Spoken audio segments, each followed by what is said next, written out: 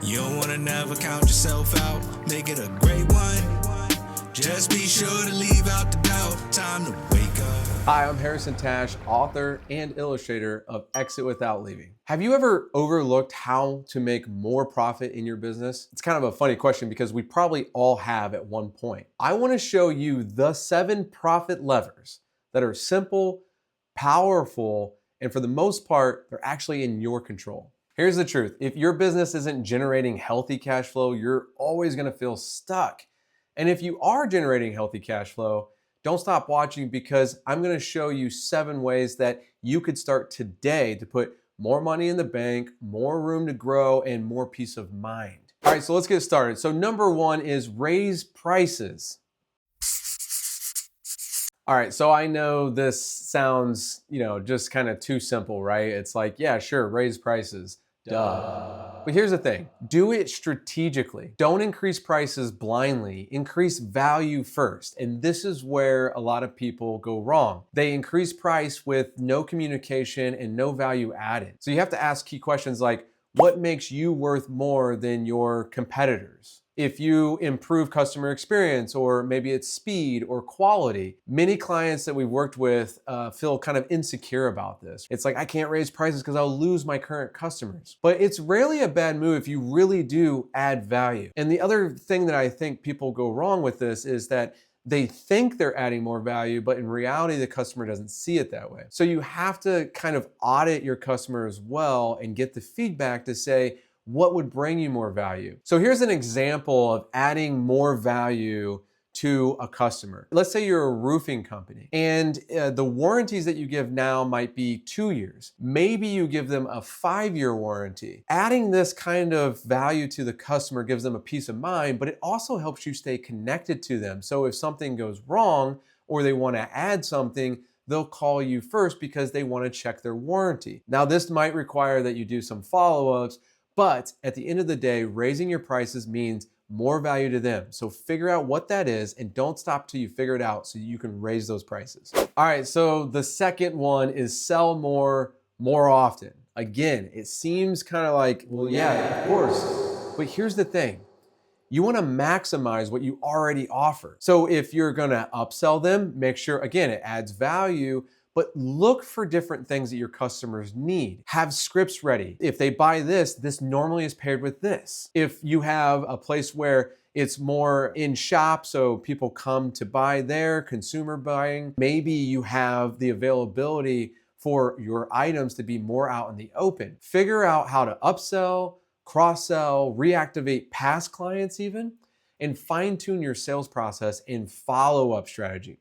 And this is the most important. If you or your sales team believe in your product and services, then you want to tell them, you want to follow up with them and tell them, we can bring you more value or we can help you find what you're looking for. More volume equals more revenue faster. All right, so number 3 is streamline your operations. Cut the waste, automate what you can. In today's technology-driven world, we want to figure out how we can automate things quickly. You want to eliminate busy work, bottlenecks. If you think about this, use tools that save time and money. And if you're still using things like updated manual sheets or Excel or Word, you want to figure out how you have live documents for your team. You want to figure out how to use software that automatically does analysis for you and spits out reports. These are all things that you can do to save you on your operations time and money. Operational efficiency equals more cash and fewer headaches. And here's an example. Maybe you rent equipment versus buying and maintaining it. We worked with a construction company. They started renting their boom lifts instead of actually buying them and maintaining them because boom lifts had so much work on them as far as the actual boom itself, the hydraulic lines, all the extensions that you had to do for it. It just was time consuming. So you could streamline your operations by actually maybe renting. That's just an example. Number 4, speed up how fast you get paid.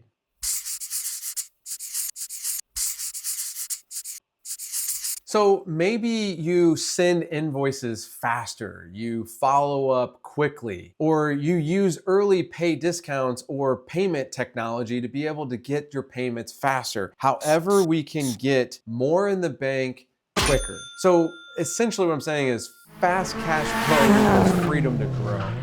And so you want to make sure that you're trying to follow up and get faster payments as quick as possible, and your team understands why you do this and how you do this. All right, so number 5, much like number 4, is slow down what you owe. If you think of it like this, it may be like negotiating longer payment terms. Often we've seen this where if you just ask maybe your vendors and you say, hey, can we pay in 30 days versus 15? Or maybe they already have a longer deadline and you've been paying too quickly. This is a good time to look at it and say, can we be more strategic about how we pay? So if it takes 30 days to pay, that's what you have for a deadline, maybe you pay it at 29 or 28. Now in this, I do want to say we always want to treat others the way we want to be treated, right? Go back to kindergarten. But what I will say is they give you that amount of time for a reason. So take advantage of it in a good way as best as you can. Be strategic, not late. Keep more cash at hand when you need it the most. All right, number 6. Cut direct costs without cutting quality. Renegotiate with vendors or shop around. You literally just ask them, hey, we're seeing that there's a little bit of bottleneck on the pricing. It's gone up over the years. Can we figure out what to do here so we can keep our relationships strong? Maybe you audit for wasteful spending or duplication, investing in software that helps you do it faster, or it analyzes things for you. Just think of it in the sense of every dollar saved equals direct profit increase. And the last one, number 7, shrink inventory. Free up cash this way. So if you've ever done an inventory audit, you have to figure out what's collecting dust. Literally, like a tangible way to see like what's collecting dust is to go around and see what has dust on it, which is kind of funny. Now, if you've lived through COVID, you have seen this before where it was a good time to have a lot of inventory. For most part, that's not what you want to do.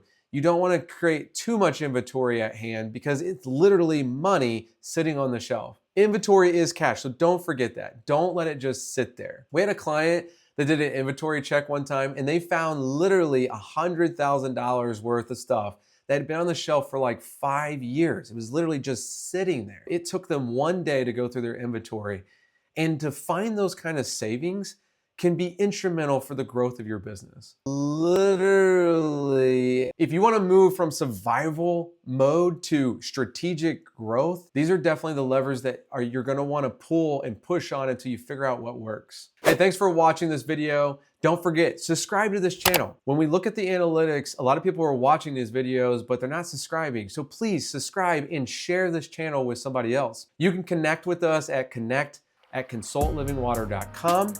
Email us opt-in and get free access to our online community for more resources just like this. Meet Bob. Bob buys, exit without leaving. And that's it. No action, no change. Just another dusty book in the graveyard of good intentions. Bob's business didn't exit, it just left. Now meet Jason. Same book, different story. Instead of using it as a paperweight, he tries the ideas. Wild concept, right? He tailors the principles, teaches his team, and suddenly, boom, growth, freedom, a business that finally works. Without him working 24/7. Exit without leaving. Not just another business book, the one you actually use. Don't be Bob. Pre-order now. Build healthy leaders. Don't be Bob.